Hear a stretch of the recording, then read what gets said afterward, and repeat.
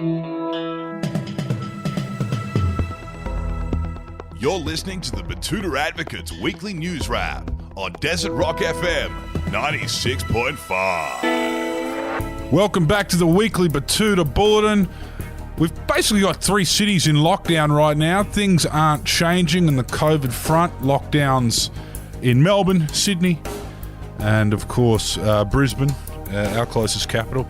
Things are pretty grim. Hunter Region's locked down as well. It's looking like we're going to have to vax our way out of this.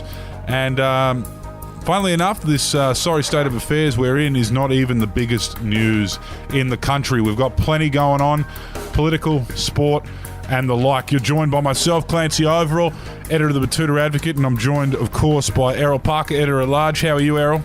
I'm alright, mate, but you don't actually believe in this vaccine shit, do you? I mean, you should really, take a hard look at the facts, and then maybe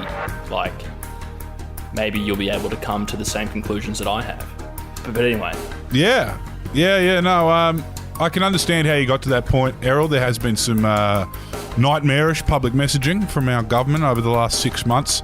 But it doesn't change the fact that the people that have spent years, sometimes decades, studying this exact science and have come to the conclusion that vaccinations, inoculations, immunisations are actually the greatest feat in medical history. Yeah, I guess that can get muddied by Scotty from Marketing's constant... Who's paying them, though? Who's paying these doctors? Who's paying very this research? Underfunded science laboratories, usually in regional towns. How are you, Wendell, our newsreader, the millennial on the team? How are you? Yeah, very good. Enjoying another week of freedom. Can't really complain. I hope that all this COVID stuff stays over on the eastern seaboard. But I'm assuming we won't be having a mandatory vaccination policy at the Betoota Advocate offices then, if that's Errol's position on this thing? Well, look. No. See, no, I'm not getting the shit that they're trying to put in us. I'm holding out for the Sputnik. Okay. Yeah, look. I'll have a Sinovax, mate. I was born in Hong Kong. I'll fucking take that shit.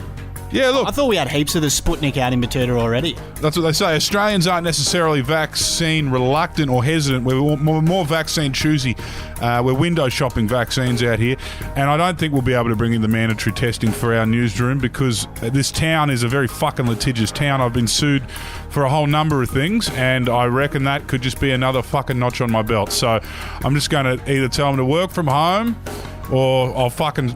I don't know what I'm going to do. They have got you. They've got you a couple of times, Clancy. So I reckon we'll move on from that and we'll get into this news wrap. We will start off with one of the biggest stories that rounded out the news week, and Hillsong has become an official religion after the Prime Minister's pastor gets charged with hiding child sex crimes. Yes, finally, the Pentecostal megachurch that is Hillsong is in the big leagues. After years of trying to be well and truly considered one of the real ones, one of the big boys, trying to join the, I guess you'd say, more established Christian faiths, they finally made the cut after charges were levelled against their founder, Brian Houston, for concealing child sexual abuse. While it's obviously an awful revelation, it's believed the high-ranking pastors and corporate executives at Hillsong are secretly cheering that they can now be considered a real religion. And while the Prime Minister's close personal friend and pastor enjoys a suspiciously timed trip out of the country, we're all waiting to hear whispers that Houston may be offered a job as the leader of the House of Representatives. Although Christian Porter is currently in charge, there's rumours that Morrison may give him the flick, as his friend Brian is interested in taking up the government's agenda in Parliament House. Well, if that story doesn't get us sued, then nothing will. What else have we got, Wendell? Well, that previous story has had a flow-on effect. Peter Dutton is going to spend his 14 days in isolation practicing his smile in the mirror ahead of the spring Lib spill. Yeah, Defence Minister Peter Dutton and House of Reps leader Peter Dutton has been forced into a 14-day isolation after being exposed to the pangolin's wrath once again. He doesn't have it this time, but he is isolating as a result of his kids being caught up in the contacts in the Brisbane cluster. Now, while it's not ideal that he's in isolation during this national crisis, he's promised to spend his time wisely. That's right. Rather than spend the 2 weeks lying on top of his bed until the virus goes away, Mr. Dutton said he's going to spend the time working on his own personal projects. With a bit of chatter about leadership spills getting around, the next man up has apparently been spending an hour every morning standing in front of the mirror practicing getting his pearly whites out. And he's also apparently been working on how to say, hello, my name's Peter. We are going to move along quickly to a story down in Sydney, and an elite private schoolboy has thanked Mummy Gladys for giving him some dumb country bogans jab this week. And just in case there was any confusion about what type of school this kid goes to in Western Sydney, Michael Patches O'Pooley said to us at the beginning of our interview, he said, make sure to refer to me as an elite private schoolboy. This ain't no Catholic school, this is the real deal. Yes, and that's why he needs his jab, because he's a future leader and a future mover and shaker. Patches O'Pooley explained that with his exams coming up, it makes sense that the jabs are taken away from rural areas and given to him and his year group, so they can get on with preparing to take the reins from their mum and dads.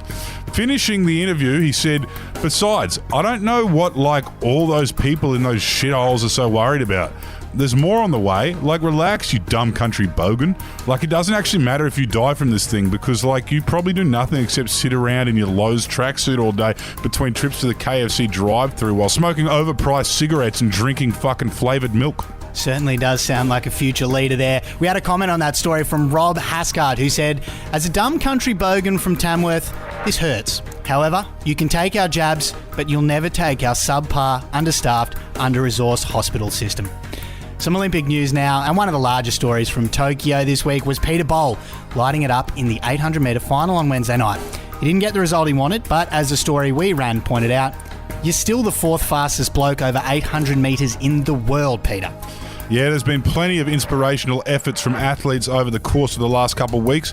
Peter Bol was one of those competitors, and of course, Pete didn't want to finish fourth, but given the other cowards in the race made him lead the whole way, it was a sensational effort from the young Perth bloke to secure himself a copper medal. That's the way these guys are built and driven, isn't it?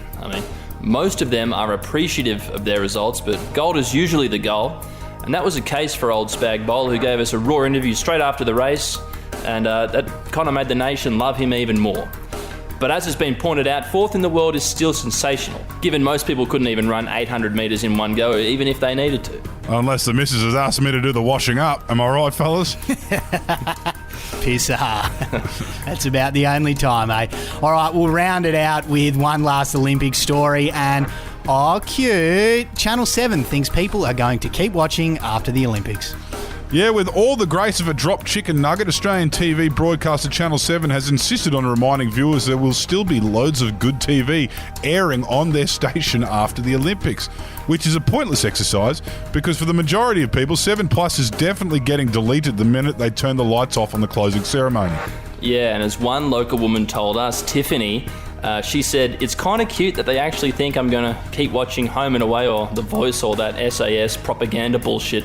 But yeah, it's not happening. That's all we have from us this week on the Betoota Advocates radio show. Thank you for joining us for the weekly bulletin.